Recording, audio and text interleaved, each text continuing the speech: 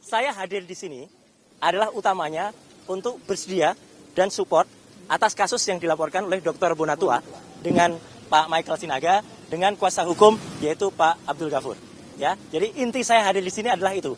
Kenapa saya menemui teman-teman di luar? Ya, untuk sebaiknya supaya tidak mengganggu. Jadi tadi laporan atau informasi yang sudah disampaikan oleh Dr. Bonatua, juga ada Pak Janes, ada juga Mas Mike, dan tentu kisi-kisi hukumnya oleh Pak Abdul Ghafur adalah sesuai dengan itu, dan itu adalah hal yang sangat bagus untuk diinformasikan. Tugas saya nantinya adalah, saya karena selaku ahli yang ditunjuk untuk juga dalam kasus ijazah yang kemudian digugat ke beberapa pihak ya oleh Pak Dr. Bonatua selaku prinsipal ya, Komisi Informasi dan pihak-pihak yang lain, yaitu saya akan memberikan analisis nantinya tentang apa yang terjadi, dan utamanya adalah dengan Undang-Undang Keterbukaan Informasi Publik nomor 14 tahun 2008 dan Undang-Undang Kearsipan ya nomor 27. Jadi artinya apa? Saya memang kebetulan dulu selaku salah satu tim yang menyusun Undang-Undang Keterbukaan Informasi Publik dulu, dan saya juga sempat mengajar tentang kearsipan di Universitas Gadjah Mada. Jadi saya menyatakan bersedia untuk mensupport kasus ini, dan itu yang guna saya untuk hadir di sini di tengah-tengah waktu yang sangat singkat ini, karena sebentar lagi kita tentu akan sebagian dari kita akan menjalankan ibadah Jumat ya gitu. Roy, itu saya kira. Pak, terkait penetapan tersangka. Nah, jadi itu yang penting dulu, jangan dihilangkan ya statement yang pertama tadi ya. Karena itu penting ya Pak Bonatua. Ntar Pak Bonatua aja beritanya hilang ya. Nah, oke. Ya. Jadi saya Roy Suryo selaku pemerhati telematika yang memiliki hak hukum dan juga memiliki hak untuk melakukan penelitian atas keterbukaan informasi publik juga. Jadi Undang-Undang 14 tahun 2008, penjabaran dari Undang-Undang Dasar 45 pasal 28F, dan juga hak yang diatur oleh Declaration of Human Rights ya. Jadi saya bebas untuk, atau kita sebagai warga negara bebas untuk melakukan apapun keterbukaan informasi dan penelitian, apalagi untuk dokumen publik. Yang saya teliti adalah dokumen publik. Ya, jadi ini akan menjadi presiden yang sangat buruk ya. Kalau ada seseorang yang meneliti dokumen publik kemudian ditersangkakan dan kemudian dikriminalisasi.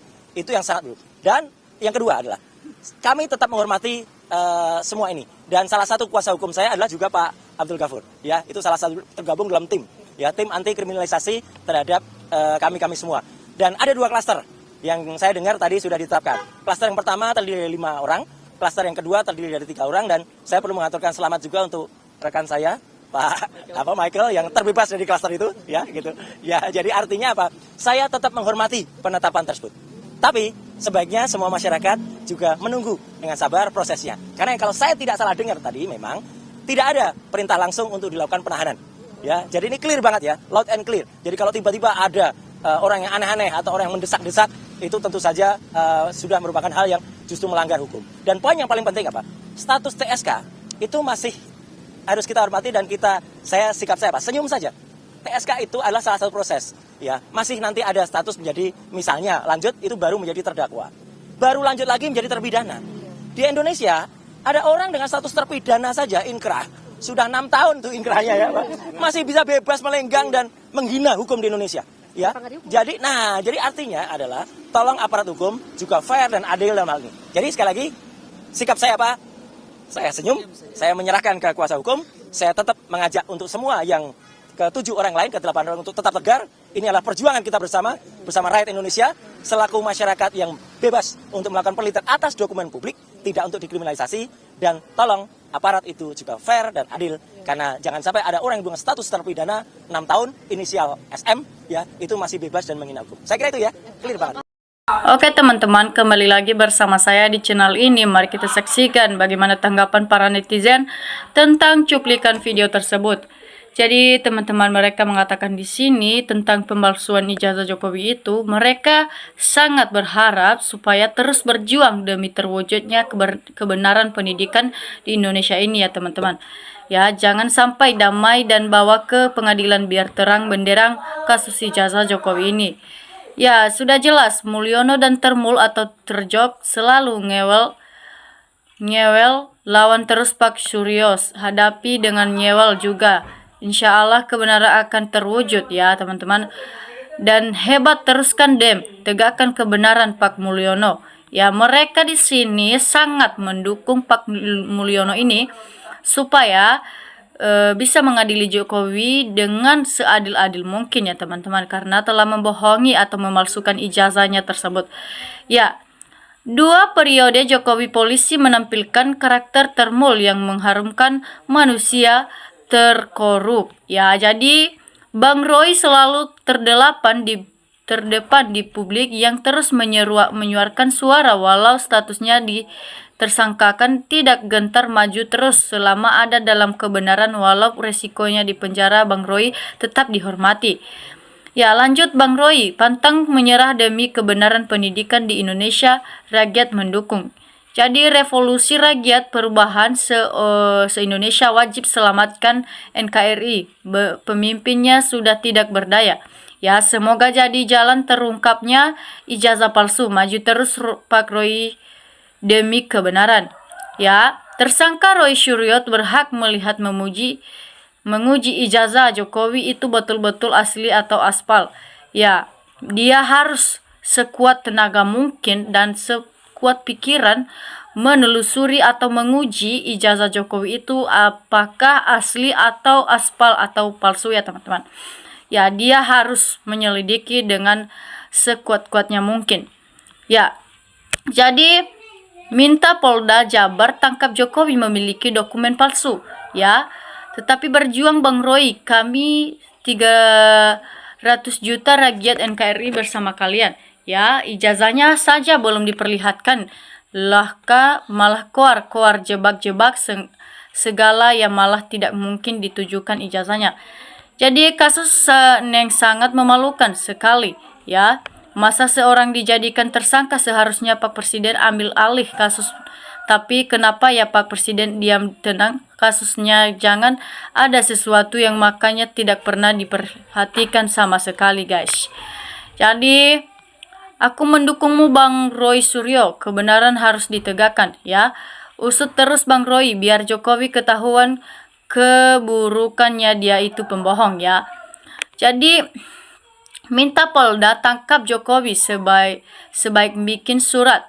Sebab bikin surat keterangan palsu, loloskan Gibran lolos calon wali kota Wapres.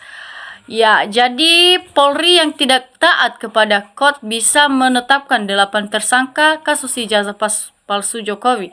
Saat sidang Charles KOT sudah 3 kali mangkir reformasi Polri, ingkar hukum. Bagaimana masyarakat bisa percaya Polri? Jadi jangan takut Prabowo lebih baik mundur aja, kamu sekali 2 uang sama Jokowi dan koruptor. Ya, baguslah Roy Suryo CS dijadikan tersangka. Biar janji Jokowi ijazahnya akan dihadirkan di pengadilan biar kebenaran menagih janji kepada seorang pengibul dan siapa yang pantas masuk bui biar ijazahnya sulit keluar, biar cepat keluar. Jadi teman-teman, apakah rakyat tidak sadar si Jokowi itu sebenarnya bonekanya Mulyono? Ya, maju terus Roy Suryo CS. Semoga Allah melindungi Roy Suryo CS dari kriminalisasi penguasa negara. Ya, Polri menampakkan kebodohannya di hadapan rakyat Indonesia. Polri menampakkan jati dirinya di mana hukum itu bisa dibeli oleh orang-orang yang berkuasa. Ya, rusaknya citra kepolisian kita kian dan perlihatkan ke masyarakat Indonesia. Jadi kayaknya hukum tanpa pandang bulu tidak berlaku ya. Sudah saatnya Polri kembali di bawah TNI biar bisa ditata kembali, biar bisa dipilih mana taik mana emas yang berkualitas taik dibuang, yang berkualitas emas disimpan. Jadi tetap semangat Bang Roy. Jangan mau dibungkam atau diskriminalisasi tuh polisi, nggak reformasi Pak Prabowo. Siapa lagi besok yang dikriminalisasi, miris hukum masih adakah keadilan negara ini? Jadi apa kata dunia jika foto ijazah pakai kacamata? Apa selain ijazah Jokowi pernah ada? Ya tentu saya saja sebagai warga Indonesia tidak pernah melihat orang yang memakai kacamata pada saat foto di ijazah ya teman-teman. Ya, baru kali ini saya melihat ada orang yang memakai kacamata di foto ijazahnya tersebut. Berarti itu bukan asli ya. ataupun rekayasa itu sebenarnya sama Pak Jokowi. Dan ada juga dugaan orang lain, mereka bilang itu milik orang lain bukan milik Jokowi yang sebenar-benarnya. Jadi berani karena benar, takut karena salah sang. Semoga kebenaran terungkap, mengalahkan kebohongan yang saat ini terjadi di negara ini, di mana rakyat yang menyuarakan kebenaran malah dibungkam dengan ditetapkan sebagai tersangka. Maju terus Bapak Roy Suryo dan lawat kebaktilan dan kezoliman yang dilakukan Mulyono dan kroni-kroninya. Jadi yang benar akan tetap benar, yang palsu palsu akhiran. Semoga Bang Roy dan Bang Rismon selalu dalam perlindungan Allah ya teman-teman. Jadi mohon disiarkan langsung di TV nasional saat di pengadilan biar semua rakyat tahu siapa yang tukang pembohong. Tapi aku yakin yang seri bohong itu siapa? Yang selama ini suka hobi sen kiri belok kanan sudah tetap belum. Ya, jadi saya rasa Roy Suryo CS jadi tersangka berani dihukum penjara seumur hidup asal ditunjukkan ijazahnya yang asli, kalau tidak kembali yang punya ijazah hukuman seumur hidup. Kan bekas presiden juga, sudah jadi rakyat spill, gak ada istimewanya lagi. Jadi betul Mas Roy Suryo, kejaksaan dan Polri mesti malu Sylvester ya, jadi memberi kemudahan kelancaran untuk mengungkap kebenaran kejujuran. Ya, sekuat apapun pihak Pak Jokowi, kalau bersalah tetap tidak bisa menjarakan Roy Suryo. Menangkap dan memenjarakan harus ada bukti ijazah aslinya Pak Jokowi dan diperlihatkan di pengadilan. Ya, selamat Bang Roy Suryo, tetap bersama orang yang waras. Skenario Allah yang akan berlaku, berjuang demi kebenaran. Lanjut, jangan sampai damai ya teman-teman.